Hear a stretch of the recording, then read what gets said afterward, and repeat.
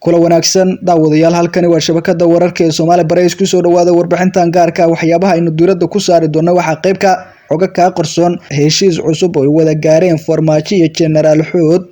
Baladweyne kulamo joogto ah oo ka socday waxyaabihii ugu dambeeyay ee lagu wada hadlay iyo qorshaha Farmaajo ee Baladweyne iyo sidoo kale Fahad Yaasiin ayaan warbixintan idin kula wadaagi doonaa fadlan muuqaalkan haduu ku soo gaarsiin share garay saaxiibadada kale la sii wadaag page-keena ku soo biir YouTube-kana sidoo kale Soomaali Barays booqo subscribe ka saar mahadsanidin haddii aan ku bilowno waxa magaalada Baladweyne ee xarunta gobolka Hiiraan lagu soo gabangabeeyay kulamo aan kala joogsi lahayn oo xal lagu raadinayay tabashada laga qaba dhismaha dowlad goboleedka Hiirshabelle si gaar ah saraakiil hogaaminaya General Xuud oo waayihii dambaba ka taagnaa xiisadooda magaalada Baladweyne oo la magac baxay kacdoonka gobolka Hiiraan taliyaha ciidanka dhulka Soomaaliya General Maxamed Tahliil Biixi iyo taliyaha qaybta 12 ee Abriil General Tawana Gurey iyo saraakiil kale oo wakiil ka ah madaxweynaha madaxweynaha dhamaadaha ayaa shalay waxay gaareen magaalada Baladweyne halkaas oo kulamo kula qaateen hogaamiyaasha golaha kacdoonka gobolka Hiiraan iyo Hiirshabelle diidan oo General Xuud iyo saraakiil sarsare oo kacdoonka kamid ah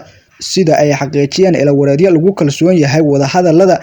waxa lagu gaaraya isfaham hordhaca oo lagu gudagalayo wajiga labaad ee sidoo kale dadaalada socdo ee lagu soo gabagabanayo xiisada gobolkaasi ka taagan hase yeeshee waxa la gaaray waxa qayb ka ah in ay General Xuud iyo xubnaha kale ee kacdoonka gobolka Hiiraan oo ay General Biixi u raacaan magaalada Muqdisho si ay la kulmaan madaxweynaha waqtigiisa dhamaaday Maxamed Cabdullaahi Farmaajo iyo sidoo kale la taliyihiisa Fahad Yaasiin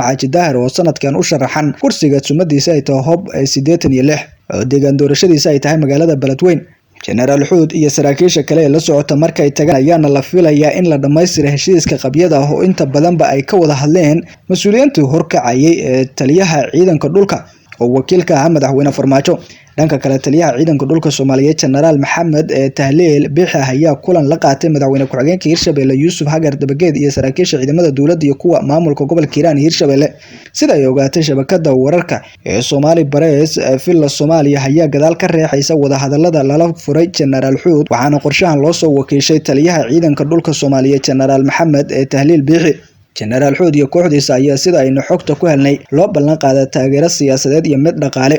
Farmaajo ayaa doonaya in xiisada Hiiraan la dhameeyo si ay u suurto gasho in halkaasi ay ka dhacdo doorasho iyadoona kuraas muhiim ah ay ka taala kooxda nabad iyo nolol xulafada Farmaajo si gaar ah waxaana kamid ah kursiga Fahad Yaasiin uu sharaxan yahay ee hob 86 oo la filayo in dhawaan doorashadiisa lagu qabto isaga iyo kuraas kale Baladweyne kooxda Farmaajo ayaa mar hore is-afgarad kula gaartay madaxweyne ku-xigeenka Hiirshabelle Yuusuf Dabageed in loo xil saaro qorshaha fulinta sidii inta badanba kuraasta 25 kamid ah yaala Baladweyne lagu gacan gelin lahaa filla Soomaaliya madaxweyne ku-xigeenka Hiirshabelle Dabageed ayaana hore u sheegay kuraasta taal Baladweyne ay ka mas'uul ka yihiin isla markaana shakhsiyaad ay wataan ay ku soo saari doonaan sidaasna ay ku qanciyaan beelaha iskale kuraastaasi waa sida Xusaye madaxweynaha Hiirshabelle Cali Xuseen Guudlaaw oo caqabad weyn ka haysata tan iyo doorashadiisa imaatanka Baladweyne ayaana tahay tilaabadan oo Farmaajo qaaday mid u suurtagelinayso sidii doorashada deegaan doorashada labaad oo Baladweyne ah ay uga dhici lahayd magaalada Baladweyne ee gobolka Hiiraan sidoo kalena ay u suurtagal tahay inuu yimaado maadaama General Xuud iyo saraakiisha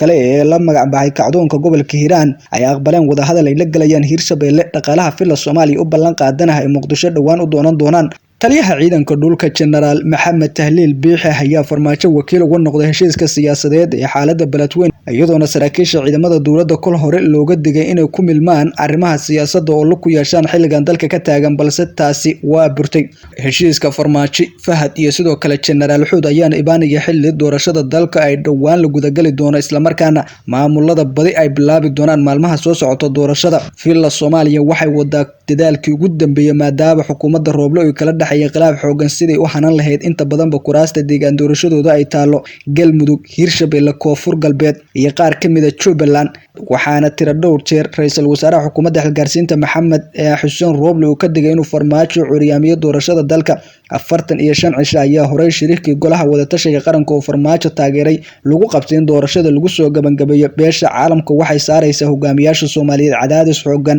waxayna sheegtay hadii doorashada waqtiga u cayimiyeen lagu soo gabangabeeyo way in ay tilaabo ku haboon ay qaadi doonaan Puntland waxay shaacisay isla maantii dhankooda 11 kursi horena waxay u shaacisay 10 kursi waxaana taasi muuqatay inay dardar u socoto kuraasta golaha shacabka ee baarlamaanka dowladda federaalka ee Soomaaliya waqtiga lagu talagalana ay ku soo dhamaan karto waa hadii aan la siyaasadeyn inta ayaan ku soo gabagabeynaa warbixintan gaarka saaxiibayaal aad kala socoteen shabakada wararka ee Soomaali Barays mid la mid inta kulmi doona nabadgelyo muuqaalka sii share galay YouTube-kan iyo page-kana ku soo biira mahadsanidin.